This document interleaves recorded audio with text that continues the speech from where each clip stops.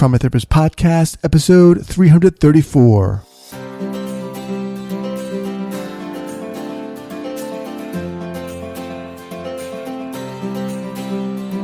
Welcome to the Trauma Therapist Podcast. My name is Guy Macpherson. My mission is to raise the awareness of trauma and to help support and inspire new trauma workers through this podcast and my membership community, Trauma Therapist 2.0. Thanks so much for joining me today, and here we go.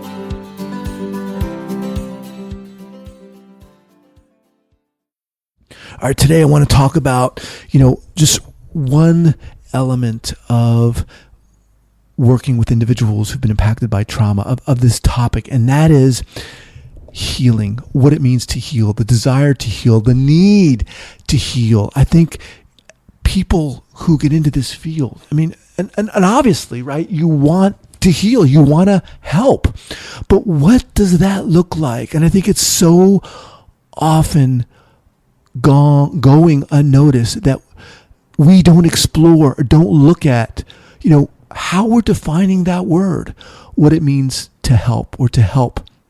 I know, when I got into this field, I was just drawn to helping people who been impacted by trauma, in helping people in dire situations, in dire needs. And for some reason, I felt and still feel that I can move into that circle with a sense of calmness and equanimity, and move in that zone and help. But in the therapeutic relationship, right, one has to be very careful of that dynamic of intention. And I remember when I was interviewing the phenomenal, inspiring Lee Klinger-Lesser for my course, Inner Work for the New Trauma Worker, and you can check that out at innerworkcourse.com.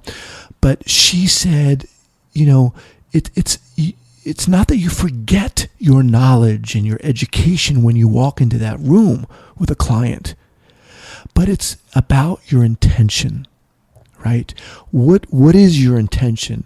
And believe me, when I was seeing clients, when I was just first starting out, you better believe my intention was to utilize that intervention from the book I was reading that I just thought was perfect, or the somatic sensory motor psychotherapy intervention I thought would be just perfect for this client. That's what I wanted to do, because I thought then that would validate my worth as a clinician, my value as a therapist. What are you doing this work for? Why are you doing this work? Is it to heal people? Is it to help people? Is it to help people not go through what you went through, not have a certain experience that you had? And what does that mean? What does that look like? Are you aware of that? Have you even asked yourself that question? As some of you know, I've been, opening up time in my schedule to have phone chats with people who are interested in Trauma Therapist 2.0, yet they have questions and they get a chance to talk to me, and I can talk to them about it and see if it's a good fit for them. And in doing this, I've talked to, a number of people who are just starting out on the trauma-informed journey, wondering, which direction to take, which route to take, what educational path, and so forth. And as was the case with myself, there's this tendency to take in all this information at the expense of, or the exclusion of, almost understanding your value as a therapist, as a person, understanding your experiences, the worth of those experiences, and exploring the role that they have in this work. And that requires, doing quote unquote the work, the inner work, not just with therapy, but with understanding how you are in relationships, developing and cultivating that self-awareness that you know, we can do almost at every step of the way, right? Almost every second, there's an opportunity to cultivate our self-awareness. But these are the steps, these are the elements that I really believe need to be looked at more and more in this work. Because getting back to what I was first talking about, the topic here is, what does it mean to, or how do you define healing? How are you defining helping?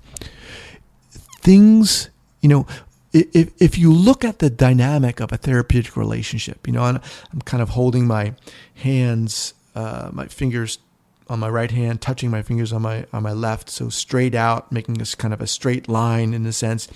And if you tilt it one way or tilt it the other, right, the dynamic becomes shifted. And I think when I first started out, and I think it's almost natural in a sense, you go through schooling, you get educated, you get all this information. It can very easily be that you walk into a room and the dynamic is shifted, right? You have all this knowledge, and of course you do. And and you might even be the most respectful, considerate, boundary-aware clinician, but there's a dynamic there where you're the holder of the information. You're the dispenser of the information. And that can subconsciously create a certain dynamic, and even consciously create a certain dynamic. Whereas if that line, in a sense, that balance becomes balanced, right? So now I'm holding my hands and fingers touching one another. My fingers are flat on my right hand, moving to my left, and my fingers are touching, and I'm creating a straight line here. I don't know if this visual is making any sense to you guys, but it's balanced. It's think about that. Think about what that feels like for the person you're working with, for the person who's experienced and been impacted by trauma. A balanced relationship, one of give and take. And again, not to say that you forego or forget or leave your knowledge out the door, but that the intention is one of allowing, right? Is one of curiosity, is one of openness. And this, just by my saying that, it feels freer. It feels kinder, right? It feels gentler. It doesn't feel like pushing or forcing or waiting with anticipation for that door that's going to open where you can insert that intervention or create an opportunity for an intervention. And I think here the process is where the term of healing becomes more understood collaboratively, like right with your client, where it's almost like you as a clinician are really not able to answer the question, what does healing look like, without your client. You're not able to say what help looks like without your client, because it's going to be different for each client, right? And as I think I said recently when I was interviewing Laura Brown, Dr. Laura Brown, amazing, just inspiring clinician and therapist and consultant. Her episode hasn't gone live yet, but she said, there isn't one generic trauma survivor.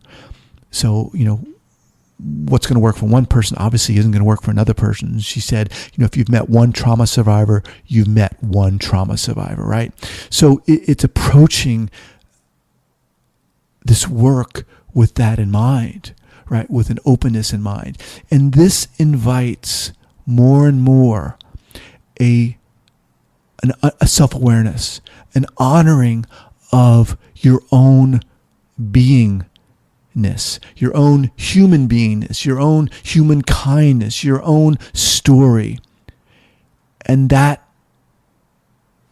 implies being able to look at that, your own story, to explore your own story, and to work with that, to understand how that's influencing what you're doing. I had to look at my own trauma history with bullying and how that impacted how I was, my certain biases, why I got amped up when I was working with other, or adolescents who'd been bullying or who'd been bullied, what that happened to me and the interventions I therefore and subsequently chose, right? That's the degree of self-awareness that I think is required to do this work.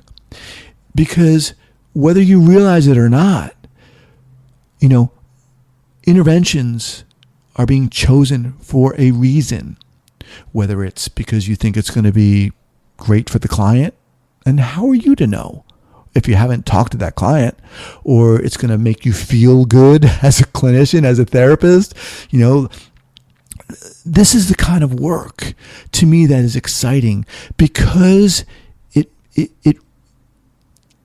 allows for each person, each therapist to be unique, right? To integrate their own unique qualities into this work. And that's exciting. And I think sometimes we need permission to do that, right? Sometimes we need permission to be ourselves, to allow your humor to come forth, to allow your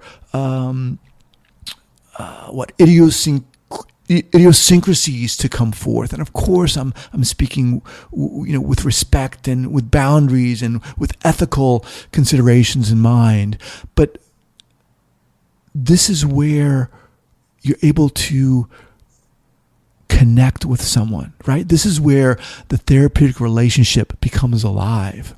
And I learned a lot about this in my previous job when I was working with kids, and we were assessing and treating kids who were showing early signs of psychosis.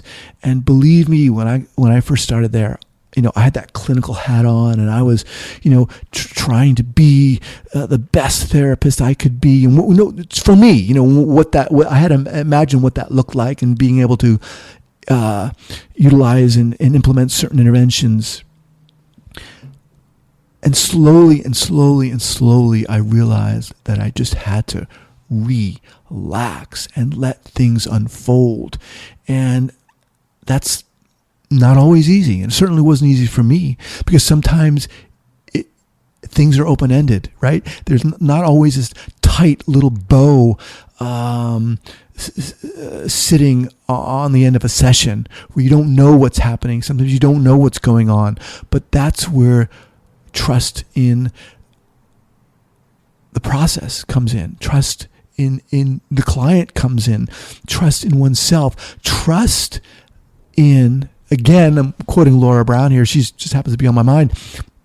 In what she says,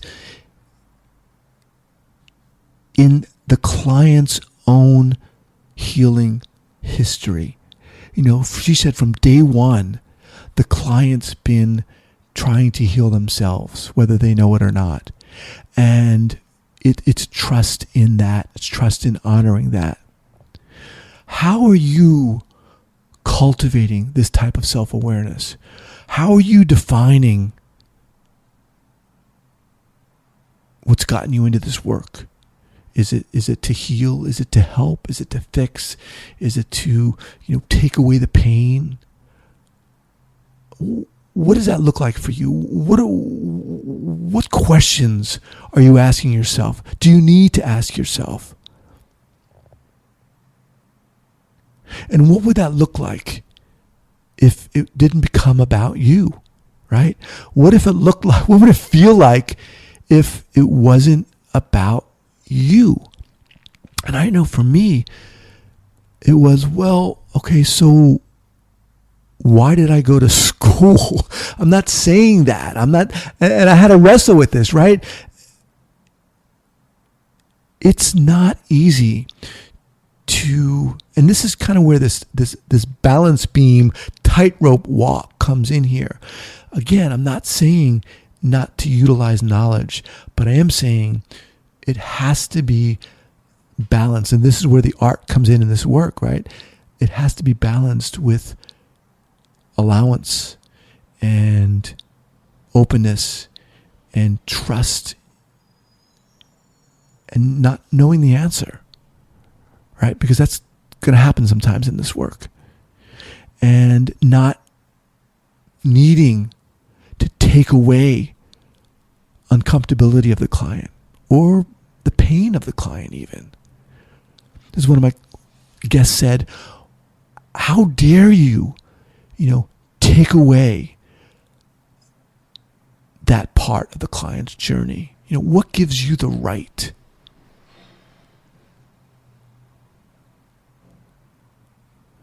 So I want to leave you with this question. Why did you get into this work? What inspired you to get into this work? And look at that. Really look at that. Write it down, own it, explore it. What's driving you? Is it to help other people who've been bullied? Is it to help other people who've been sexually assaulted? And to understand how that might be influencing the choices you make in the work you do, the kind of work you do. This has to be risen to a degree of self-awareness. This to me is exciting.